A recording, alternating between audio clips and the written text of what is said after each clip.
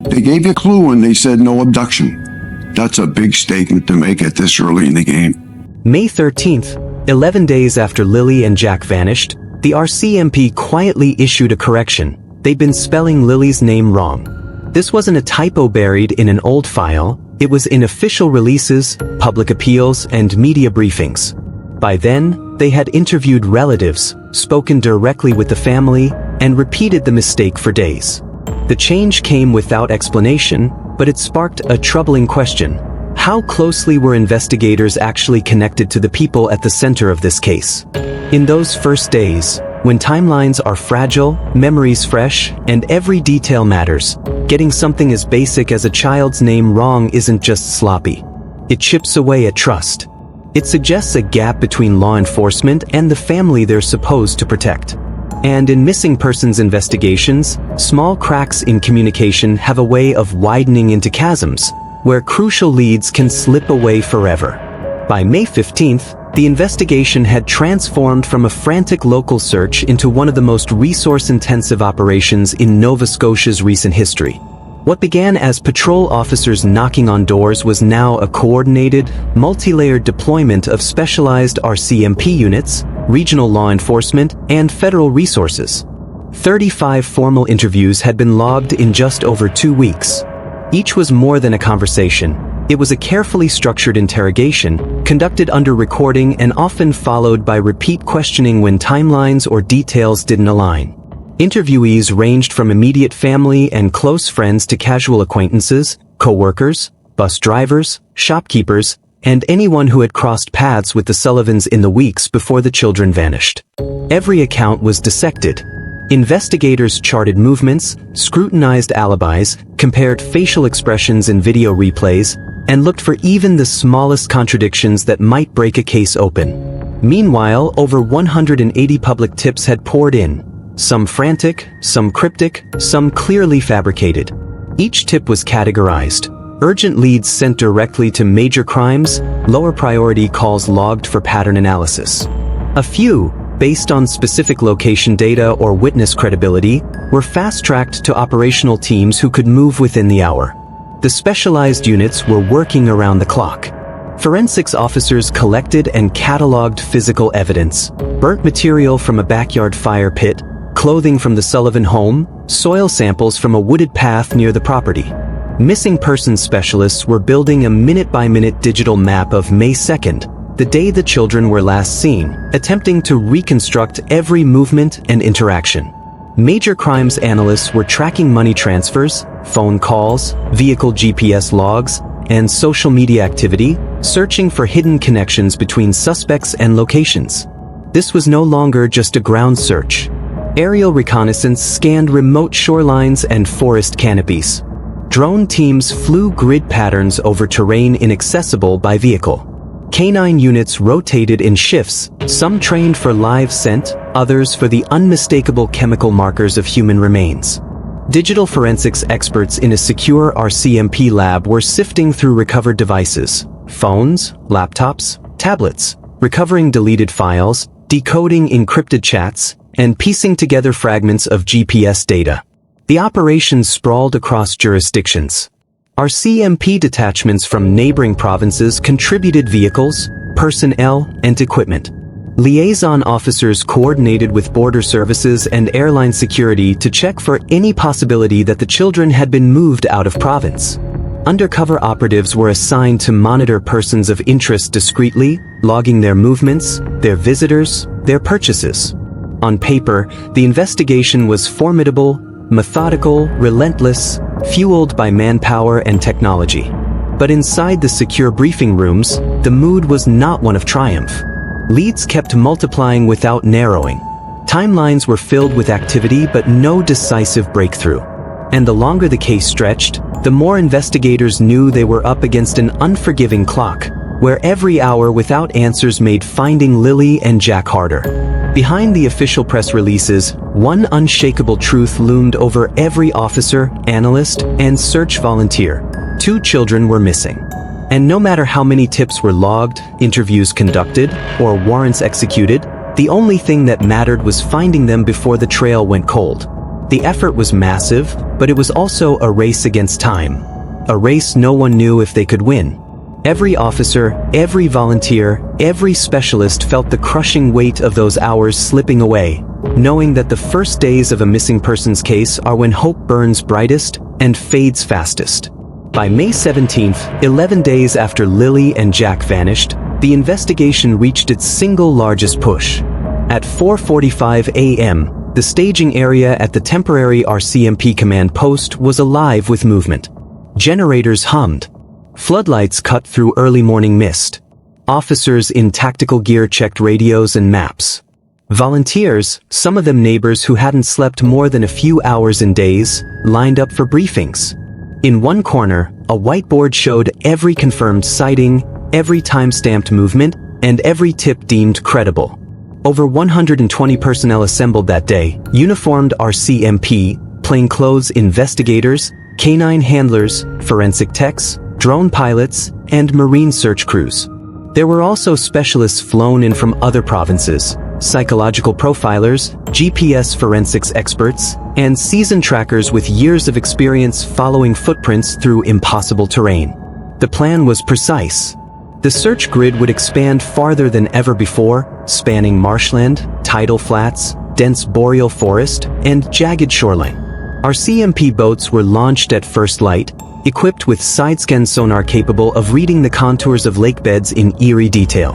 Helicopters flew low, their rotors whipping up spirals of fog, while drones, some carrying high-resolution thermal cameras, swept in overlapping arcs.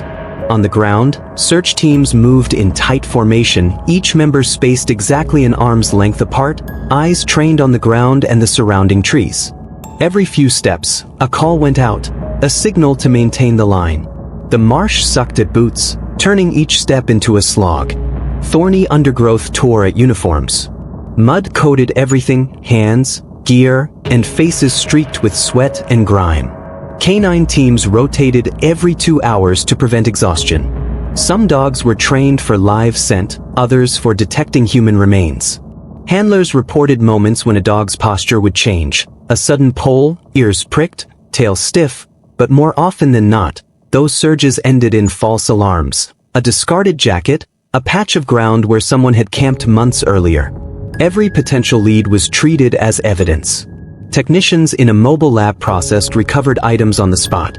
Fibers caught on bark, a torn mitten snagged on bramble, boot prints too small to belong to an adult. Soil samples were taken from disturbed ground. Even the smell of smoke drifting from a distant property was logged and investigated. Throughout the day, the radio crackled with bursts of urgency. Possible footprint, south sector. Thermal hit, drone team moving in. Canine alert, sending forensics. But again and again, the excitement gave way to the gut punch of disappointment. By 7:30 p.m., the sun dipped behind the tree line and shadows swallowed the search area. The teams returned to the staging zone, exhausted, soaked, and mud-caked, their faces marked by the quiet frustration of another day with no breakthrough. Gear was stripped down, data cards from drones were handed off for review, and maps were updated with the day's progress. That May 17th operation covered more terrain in one day than any previous search. Yet the fact remained. Despite the largest mobilization of resources since the investigation began, Lilly and Jack were still missing. The silence that settled over the command post was heavier than any night before. Everyone knew what it meant. The longer they stayed unfound, the greater the risk that the search would shift from rescue to recovery. And that thought was something no one wanted to say out loud. More than 100 searchers flooded the woods that day, a determined human chain pushing into a landscape that had resisted them for nearly 2 weeks. They came equipped with poles to move aside thorny underbrush, radios clipped to their vests, and flagging tape to mark where they had been. Many wore high-visibility jackets, though the forest canopy swallowed much of the sunlight, leaving the air cool and dim even in the middle of the day. Every step forward was calculated, deliberate. The ground was soft in places, hiding hollows and roots that could twist an ankle. Searchers called out periodically to maintain their line, each voice carrying a mix of urgency and focus. At the center of it all was Amy Hansen, a search coordinator with years of experience but a clear emotional investment in this mission. She moved constantly, checking in on teams, pointing out overlooked patches, consulting the GPS mapping units that tracked every path they covered. Hansen knew that searching the same ground over and over without fresh eyes could lead to missed details. That's why she had insisted on new volunteers that day, people who would spot things others had learned to look past. The next morning, the operation grew even larger. 115 volunteers gathered at a makeshift command post near Gerlach Road, a location that had come up again and again in search briefings. The area was a mix of thick woodland, rocky outcrops, and small wetlands that could hide evidence for weeks. Trucks lined the roadside.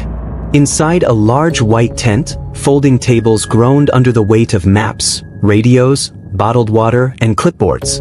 Before anyone moved out, Hansen delivered the briefing.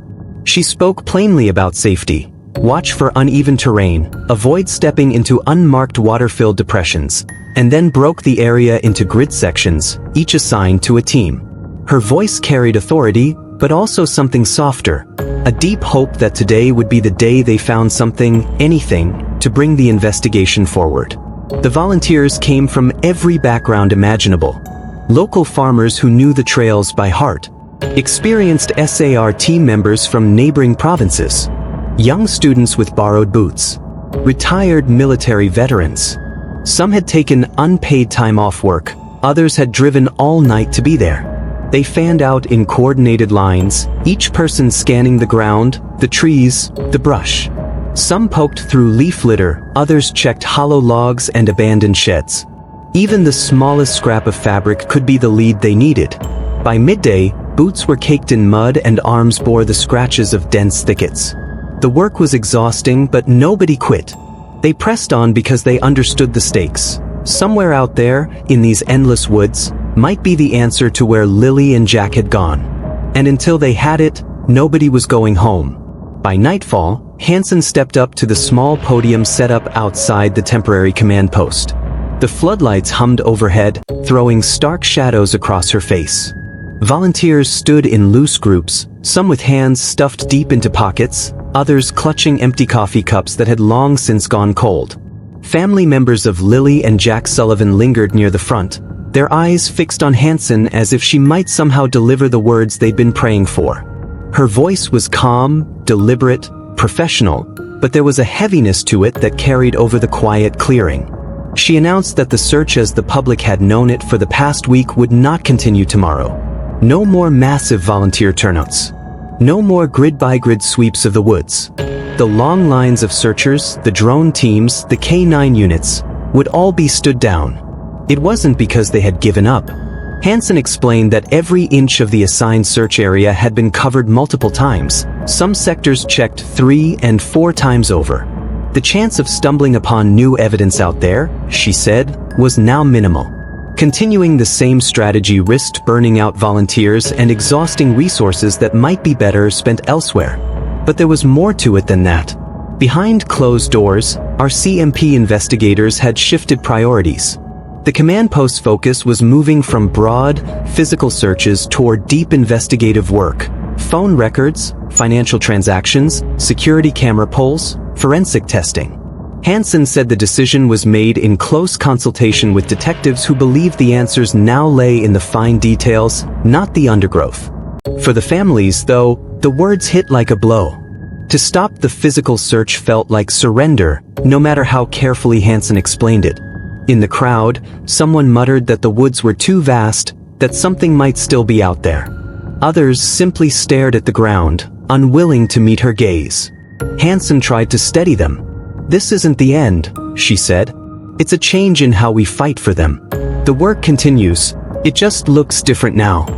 But as her words drifted into the night, the floodlights caught the mist rolling in from the treeline. Gerlach Road was quiet again, the churn of boots and radios gone.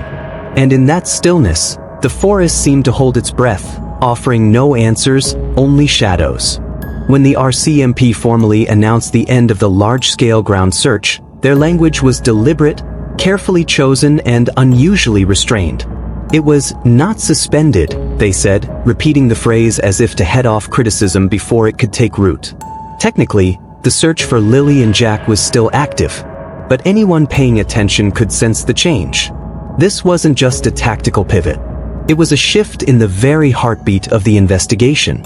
For nearly 2 weeks, the public face of the effort had been a scene of relentless movement, long lines of fluorescent-clad volunteers pushing through thick brush, boots crunching over roots and stone, search dogs weaving between trees, voices calling back and forth when a patch of disturbed earth or a scrap of fabric was found. Entire communities had been out there, side by side, working the same grid patterns as professional search and rescue teams. Now, the hum of that grassroots operation was gone. The deep woods fell silent again, broken only by the occasional thrum of rotor blades overhead. Helicopters swept low over the canopy, tilting side to side to let spotters peer down into gaps in the treeline. Fixed-wing aircraft mapped wider arcs, photographing the terrain for anything out of place. An unusual shape, a flash of color, a shadow where no shadow should be. Drones hovered over swampy ground too treacherous for foot teams, using thermal cameras to probe for heat signatures. From a distance, it might have looked like the search was becoming more sophisticated, more precise. But inside RCMP headquarters, the truth was that the mission was being redefined. The sprawling paper maps taped to walls in the early days, marked with bright orange grids, were being replaced with forensic charts and digital timelines. Thumbtacks marked exact points of interest. Red string connected them in deliberate, almost surgical lines. Every new data point, phone pings, traffic camera stills, credit card transactions, GPS traces, was slotted into an evolving minute-by-minute timeline of the children's last known movements. Witness statements were revisited, not just to confirm details, but to catch subtle contradictions. Forensic analysts pored over seized items, mud-caked boots, a torn jacket, tools found in a backyard fire pit, subjecting them to chemical testing, microscopic analysis, and cross-comparison with environmental samples from suspected locations. And somewhere in that transition, the language inside the investigation rooms shifted. It was no longer just about finding Lilly and Jack. It was about reconstructing what happened to them. Leads were no longer measured in square kilometers searched, but in degrees of certainty attached to each suspect's alibi. Publicly, it was still a search. Privately, it had become a hunt. A hunt for evidence. A hunt for a timeline that held together under pressure. And most of all, a hunt for whoever had ensured that 2 children vanished without a trace. The woods were empty now, but the investigation was anything but. And as the focus narrowed, the quiet of the forest was replaced by another sound entirely, the slow tightening of a net. It was no longer just about finding 2 children alive. The urgency had shifted, subtly at first, then unmistakably, from rescue to resolution. And outside the official RCMP command posts, another force was taking over the case. It started small. A handful of locals, restless after the RCMP's decision to scale back the ground search, began comparing notes at the diner, in hardware store parking lots, and on back porches. They swapped stories of strange vehicles seen near the Sullivan property, of gunshots echoing at odd hours, of unfamiliar faces walking dirt roads late at night. Word spread quickly, too quickly for law enforcement to monitor. Within days, the conversations migrated online. Facebook groups appeared, each one swelling from dozens to hundreds, then thousands of members. They attracted not only locals but people from across Canada, and even overseas, hungry for details. Some came armed with legitimate expertise, retired detectives, environmental scientists, SAR volunteers. Others brought only curiosity and a willingness to speculate. Every blurry photo, every rumor, every unconfirmed lead was treated like a puzzle piece that could crack the case wide open. Maps became the obsession.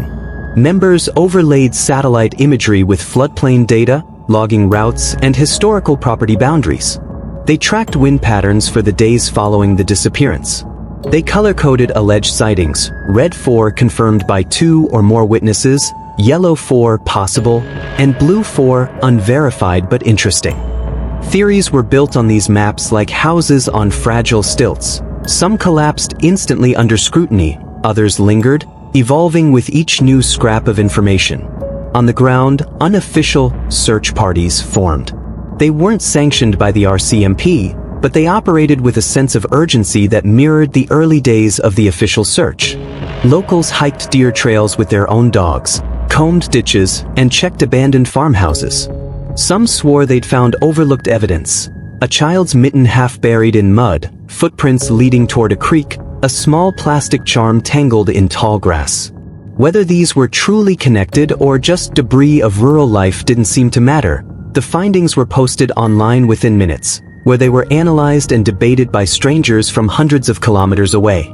Journalists, both accredited and self-appointed, descended on the town. The professionals set up cameras outside the RCMP detachment and filed daily updates. Independent YouTubers streamed investigation updates from their cars, piecing together timelines based on whispers and screenshots. Every knock on a door risked stirring tension. Every question asked at the wrong moment risked alienating someone who might have known something. The RCMP, for their part, were caught in a bind. Say too little, and they looked incompetent or worse, complicit. Say too much, and they risked tipping off the very person, or people, they were building a case against. But silence has a gravity of its own, and into that vacuum rushed hundreds of voices, each certain they knew more than the police were admitting. By this stage, the official investigation and the unofficial one were no longer merely parallel. They were intertwined. Leads surfaced online and made their way into RCMP interviews. RCMP actions, whether a quiet visit to a property or the sudden appearance of forensic trucks, were spotted by locals, photographed, and uploaded to the public domain before the police could issue a statement. It was messy, it was fast, and it was spiraling. For better or worse, the case now belonged not just to the RCMP, but to everyone with an internet connection, a theory, and the conviction that they could solve what had eluded trained investigators for weeks. And in that noise, one question kept repeating: would all this help bring Lilly and Jack home, or bury the truth even deeper? Social media turned the case into wildfire, spreading faster than official updates could keep pace. Every gap in information became fertile ground for speculation, and one theory began to dominate the online conversation: that the children's stepfather might be connected to a trafficking network with cult-like ties. It began quietly, just a few cryptic posts and whispered comments from anonymous accounts. But within days it had snowballed into sprawling narratives, complete with supposed timelines, maps, and insider claims. Online sleuths claimed they had traced his movements through obscure posts, old photos, and geotagged locations, alleging he had met with individuals already flagged in trafficking investigations. Others drew connections to a rural, off-grid group described as part extremist sect, part organized crime ring, where recruitment, exploitation, and ritualized secrecy intertwined. The implication was chilling. Lilly and Jack's disappearance might not have been random at all, but part of something premeditated and hidden in plain sight. The rumor didn't just spread, it ignited. TikTok accounts began posting stitched-together clips, pairing his image with unsettling captions. YouTube channels uploaded hour-long investigations, weaving together bits of public record with speculation until the line between truth and invention was blurred beyond recognition. Old neighbors, distant relatives, and past co-workers were contacted by strangers looking for dirt. Screenshots circulated showing him in online groups rumored to have ties to trafficking networks, though none were independently verified. For the stepfather, the fallout was swift and brutal. His name became shorthand for suspicion. Friends stopped returning calls. Cars began idling near his driveway at night. Photos of him were plastered in online threads alongside labels like recruiter or enforcer. Businesses he had patronized for years refused service, afraid of the attention. Meanwhile, the RCMP issued public warnings urging caution, reminding people of defamation laws, but stopped short of addressing the trafficking cult claims directly. Behind the scenes, investigators were forced to divert manpower to check the allegations, not because they believed them outright, but because even the most far-fetched tip could not be ignored when 2 children were still missing. And yet, in the court of public opinion, the damage was done. The suspicion that the stepfather might be entangled in something as sinister as a trafficking cult had taken root, And once planted, such ideas are nearly impossible to pull out. Even if disproven, they linger, echoing in the background of every conversation, shaping how people see the man, the family, and the mystery of Lilly and Jack's disappearance. In the real world, the children's home stayed frozen in time, small, everyday details now preserved like evidence in a museum of absence. The living room floor was littered with toys, as if playtime had been interrupted mid-laugh. Name tags still clung to their school bus seats, the handwriting starting to fade but the tape edges curling in place. On the kitchen counter sat a crumpled note Lilly had written to her mother, the kind of innocent scrap you'd normally throw away without a thought, except now it felt like a relic. Jack's half-finished painting, with its bold but incomplete brush strokes, leaned against the wall. The air inside was still and heavy, as though the house itself had been holding its breath since the day they vanished. While the public churned out endless theories online, speculating about strangers, trafficking rings, and shadowy cult activity, the RCMP quietly began to turn their gaze inward. They started peeling back the family's timeline, not just in the frantic days before the disappearance, but stretching back months and even years. They sifted through every piece of paper, every timestamp, every byte of data that could paint a clearer picture. Bank records, property transactions, call logs, text chains, even deleted social media messages that most people would never know could be recovered. The process was painstaking, almost archaeological in nature, dusting off the sediment of everyday life to expose patterns buried underneath. Investigators visited old neighborhoods, knocking on the doors of former neighbors. They tracked down past coworkers, acquaintances, and distant relatives who hadn't spoken to the family in years. In each interview, the same careful questions were asked. Did you notice changes in behavior? Unexplained trips? New people appearing in their lives? What emerged wasn't a clean narrative, but it was troubling. Repeated absences, late-night trips without explanation, sudden cash infusions followed by withdrawals, an increasing secrecy in communications, burner numbers, encrypted chats, deleted message histories. And one detail that investigators kept circling back to, the stepfather's rumored associations with people connected to criminal networks, including whispers, never proven, about involvement in underground groups with ties to trafficking operations. It was too soon to make public accusations, but the shift in the RCMP's internal posture was obvious. This was no longer being treated purely as a missing persons case. They were building something else, a profile, a chain of events, maybe even a criminal conspiracy. The children's absence was no longer viewed as an isolated tragedy. More and more, it looked like the end point of a long, hidden trajectory. A trajectory that may have been set in motion long before anyone outside the family even realized danger was closing in. Officers began collecting footage from late April, nearly a full week before anyone reported the children missing, quietly widening the investigative timeline without announcing it publicly. It was a deliberate move, one that suggested police suspected the lead-up to Lilly and Jack's disappearance had been in motion far longer than the public narrative admitted. They started with the obvious sources: convenience stores, highway rest stops, rural gas stations, neighbor doorbell cameras. But quickly, the scope expanded.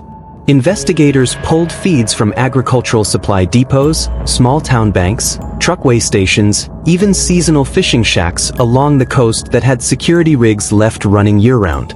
Nothing was too minor. Every lens became a possible witness. Officers sat for hours in darkened rooms, pausing and replaying grainy frames, watching for anything that didn't fit. A vehicle that passed by more than once without clear reason, a face turned just out of view, headlights cutting across a road that led to nowhere but dead ends and private farmland. The same shapes began to reappear: a dark SUV with a mismatched rear panel, a white cargo van missing hubcaps, and a smaller, rust-red sedan that seemed to shadow the SUV on 2 different nights. Then came the SUV's most troubling sighting, parked down the street from the Sullivan home late on April 29th. Its lights off, engine idling. Later, footage showed it turning onto an unpaved service road that hadn't been in use for years except by locals who knew it ended in a locked gate. Whoever was driving knew the area, or had been told exactly where to go. RCMP analysts began cross-referencing plate numbers, but several were unreadable or came back with no matches, likely obscured on purpose or tied to vehicles reported stolen months earlier in other provinces. Requests went out to neighboring detachments and even federal border agencies, searching for cross-provincial traffic records that could connect these vehicles to known persons of interest. The real breakthrough came not from a camera near the Sullivans' home, but from one mounted outside a storage facility nearly an hour away. The date stamp, April 28th. The footage was poor, static interference, low light, but it appeared to show Daniel Martel, the children's stepfather, standing near the rear of his truck, speaking briefly to a man investigators could not identify. The conversation was short, the body language tense.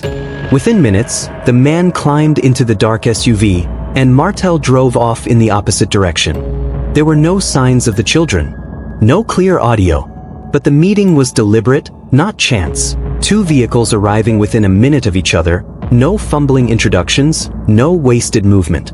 When analysts overlaid the footage with the growing map of vehicle sightings, the pattern grew darker. The SUV from the storage lot matched the one seen circling near the Sullivan home, the one spotted slipping down the unpaved service road days later. The emerging timeline no longer looked like the chaotic aftermath of a sudden disappearance. It looked like steps in a planned operation. And for the first time, investigators began to seriously consider whether Lilly and Jack's case was tied to something larger, something organized, something that might explain why the trail seemed to lead beyond their small town and into the shadows of a network no one wanted to name aloud just yet. Some wondered, had the children been gone longer than anyone realized? Or had someone brought danger directly into the community, bypassing every assumption that had guided the frantic first days of the search? If the timeline was wrong, everything else might be too. The woods had always been the anchor in the public's imagination, a vast, shadowed expanse where stories of disappearance felt plausible. It was easy to picture two curious kids wander too far, take the wrong turn, lose their bearings. A simple, almost comforting narrative in its familiarity. It gave volunteers purpose, gave the media an image to repeat, and gave the public something to hold on to. But the problem with comforting narratives is they often survive longer than the truth. The longer search crews worked, the more the forest refused to give up its secrets, because maybe there were none to give. No broken branches at the edge of the property. No shoe prints in soft ground. No dropped belongings. The scent dogs that were supposed to track them deeper into the trees kept circling back, as if the trail evaporated before it ever began. Privately, some search leaders admitted that every additional sweep felt like a performance for the cameras, something to reassure the public, even if the evidence didn't support the theory. Because without proof they'd gone into the woods, the entire search grid became a guess. And each guess ate up resources while the real answer might lie somewhere entirely different. Behind closed doors, RCMP began to question the starting point itself. What if Lilly and Jack never made it past the tree line? What if the "they went into the woods" story wasn't just wrong, but deliberately planted? The possibility was chilling. It meant someone had fed the public, the police, and the volunteers a false trail from day one. That would explain the near-total absence of physical evidence. It would explain why the scent trail broke at the yard's edge. It would explain why nothing in the forest, no wildlife cameras, no human witnesses, placed them there. And it would mean the real danger hadn't been lurking in the forest shadows at all. It had been closer, inside the children's orbit, perhaps inside their own home. Someone who knew their routines. Someone who could spin a believable story and stand in the crowd as others chased it. If that was true, then every search party, every aerial sweep, every volunteer walking shoulder to shoulder in those woods wasn't just failing, they were being manipulated. The truth wasn't lost in the trees. It had been hidden in plain sight. Police still leaned publicly on the idea that Lilly and Jack had wandered off, painting a picture of two curious kids slipping through a gap in the day, vanishing into the treeline. But that narrative began to crumble the moment experts took a closer look at the evidence. There was no trace, no scent trail that the dogs could follow for more than a few yards, no small shoe prints in the damp soil, no clothing or toys dropped in a hurry. It wasn't just that the trail went cold, it never even started. That alone raised alarm bells among seasoned search and rescue teams. Children, especially young ones, almost always leave something behind. A trail of clues born from panic, injury, or the sheer chaos of being lost. Here, there was nothing. It was as if Lilly and Jack had been lifted out of their world without disturbing so much as a blade of grass. Theories began to split sharply. Some investigators and outside experts started pointing to abduction, a planned removal, not an accident. Others questioned whether the truth was even more unsettling, whether the danger had originated inside the home itself. The family's account of the day contained gaps, blocks of time where the children's whereabouts couldn't be independently confirmed. When those gaps were compared against the physical setting, the official wandering off theory seemed to disintegrate. The property was enclosed on 3 sides, with the 4th leading to dense, thorned brush nearly impossible for small children to push through without injury. If they'd truly walked away, there should have been scratches, torn clothing, or at least visible marks in the undergrowth. None were found. That left a chilling alternative. Someone had the means, the opportunity, and the familiarity to remove the children swiftly and silently. Someone who could operate without drawing attention. Someone who may have planned it. And if that was true, it meant the search area had never really been the woods at all. The real trail, the one that could lead to Lilly and Jack, might have been hidden in plain sight, buried in a web of human decisions, lies, and calculated movements.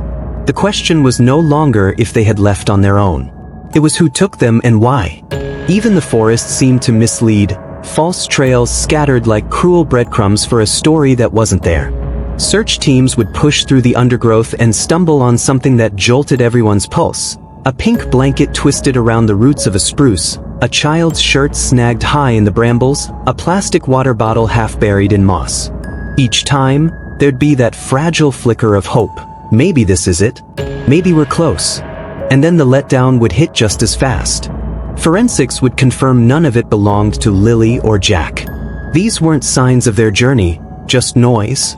The forest had become a giant distraction, a place that consumed manpower and hours but offered nothing real in return. That's when some search leaders began to notice. The most important clues weren't under the trees at all.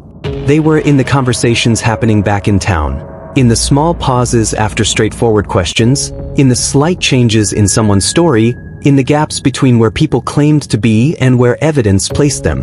The inconsistencies didn't just appear once, they repeated. A few minutes here, an hour there, entire stretches of time that evaporated under scrutiny. And when those missing pieces were laid next to each other, they didn't look like innocent mistakes. They looked like careful omissions. Those silences carried weight. They hinted at movements no one wanted recorded, at interactions that couldn't withstand daylight. The investigation was starting to feel less like a search for lost children and more like a slow excavation of buried truth, one that might implicate people standing right next to the grieving family. The forest was just the set piece. The real story was playing out in kitchens, garages, and behind the locked doors of homes that still had toys untouched, beds unmade, and drawings half-finished. That's where the truth was hiding, where it had been all along, waiting for someone to stop chasing shadows in the trees and start looking straight into the faces of the living.